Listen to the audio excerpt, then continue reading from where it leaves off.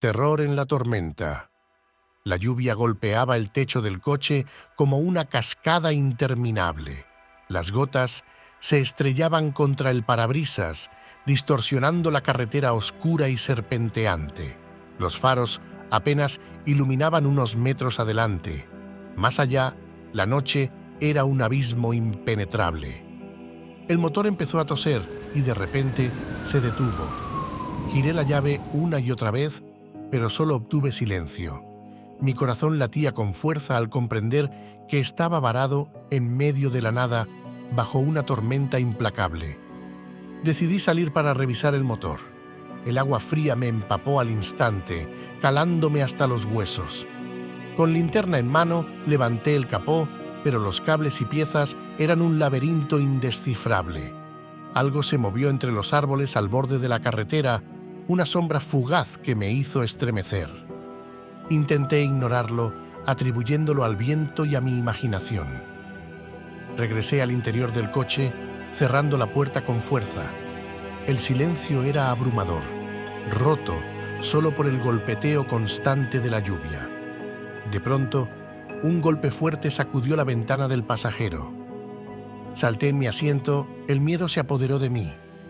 Con mano temblorosa, limpié el vidrio empañado. Afuera, una figura alta y esbelta se erguía bajo la lluvia. No podía distinguir su rostro, pero sentía su mirada fija en mí. El pánico me invadió. Intenté arrancar el coche nuevamente. El motor gimió, pero no encendió. La figura golpeó de nuevo, esta vez con más fuerza.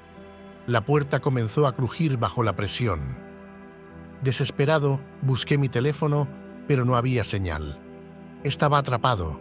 Sin otra opción, tomé aire y abrí la puerta del lado opuesto, saliendo al frío implacable. Corrí hacia el bosque, mis pies resbalaban en el barro. Las ramas me arañaban el rostro y los brazos. Detrás de mí, escuchaba pasos rápidos y pesados. La adrenalina me impulsaba a seguir, aunque no sabía hacia dónde iba. El bosque era un laberinto oscuro, cada árbol parecía igual al anterior. De repente, tropecé y caí por una pendiente, rodando hasta detenerme en un claro. Al incorporarme, vi una cabaña antigua, apenas visible entre la niebla y la lluvia. La esperanza floreció en mi pecho. Me acerqué y golpeé la puerta con fuerza, suplicando ayuda. La puerta se abrió lentamente, revelando a una anciana de ojos amables. Me invitó a entrar, ofreciéndome refugio y calor. El interior era acogedor. Una chimenea crepitaba, llenando el ambiente con un calor reconfortante. Me senté, intentando calmar mi respiración y los latidos desbocados de mi corazón. «¿Qué haces por aquí a estas horas?». Ella asintió, sirviéndome una taza de té caliente, pero algo en su mirada me inquietaba, una chispa que contrastaba con su aparente amabilidad. De pronto, escuché un ruido en el piso superior.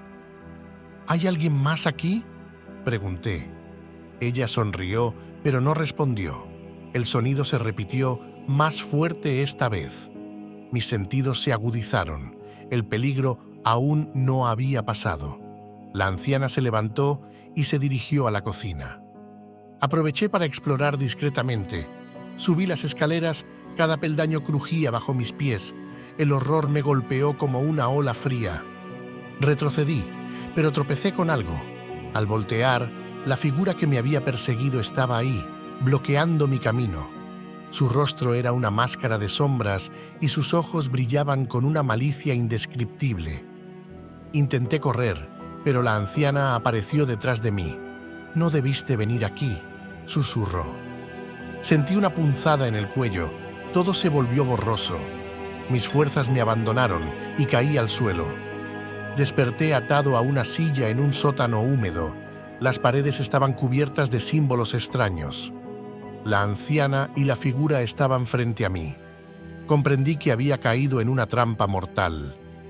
«Necesitamos un nuevo huésped», dijo ella, acercándose con una sonrisa siniestra. La figura se fusionó con las sombras y sentí cómo algo oscuro y frío penetraba en mi ser. Mi grito se ahogó en la oscuridad. La tormenta afuera continuaba, indiferente a mi destino. La lluvia seguía cayendo, como si el cielo llorara por mí. En ese momento, supe que nadie vendría a rescatarme. El verdadero terror no estaba en la tormenta ni en la noche, sino en aquello que habita en los rincones más oscuros del alma humana.